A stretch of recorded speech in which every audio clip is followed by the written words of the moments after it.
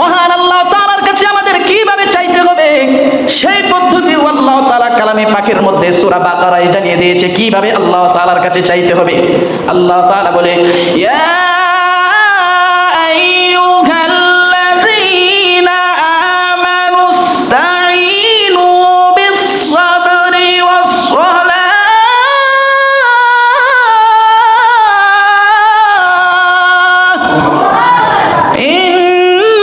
ইন্নাল্লাহা মা'আস-সাবিরিন।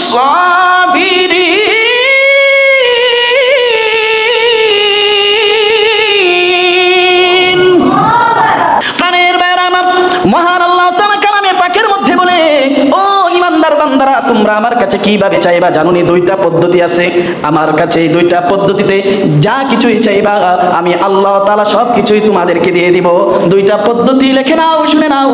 দুইটা পদ্ধতি হলো ইস্তাঈনু বিস-সাবরি ওয়াস-সালাহ, আমার কাছে চাইবা তোমরা ধৈর্য এবং নামাজের মাধ্যমে। যা কিছুই আমার কাছে চাইবা আমি আল্লাহ তাআলা তোমাদেরকে তাই দিয়ে দিব। আওয়াজ দিয়ে বলেন সুবহানাল্লাহ। তাহলে আল্লাহ তাআলা এই আয়াতে বলে, ও ইমানদার বান্দারা, তোমরা আমার কাছে চাইতে হলে দুইটা পদ্ধতিতে চাইতে হবে। এক নাম্বার, তুমি যে জিনিসটা চেয়েছো এই জিনিসটা চেয়ে তুমি অধৈর্য হয়ে যেতে পারবে না, পেরেশানি হয়ে যেতে পারবে না যে আল্লাহ দেয় না কেন। ধৈর্যহীন হওয়া যাবে না, ধৈর্য ধারণ করতে হবে। এক নাম্বার গুণ, এই এক নাম্বার গুণ আপনার মাঝে থাকতে হবে। দ্বিতীয় পদ্ধতি হচ্ছে ওয়াস-সালাহ, নামাজে দাঁড়িয়ে যাও। নামাজে যে আল্লাহর কাছে চাও, তুমি দুইটা হাত তুলে আল্লাহ তাআলার কাছে চাও। তুমি যাই চাইবা আল্লাহ তাআলা তাই তোমাকে দিয়ে দিবে। কিন্তু আমরা আল্লাহর কাছে কিভাবে চাইতে হবে সেটা কিন্তু জানি না। কথা বলেন ঠিক কিনা? আমরা এখানে যারা আছি, আমার আলোচনাটা যারা শুনছেন, সবাই কম বেশি কিছু না কিছুর মুখাপেক্ষী। বলেন ঠিক কিনা? আমরা কিছু না কিছু চাই। কেউ চাই টাকা, কেউ চাই শান্তি, ইত্যাদি অনেকে অনেক কিছু চাই।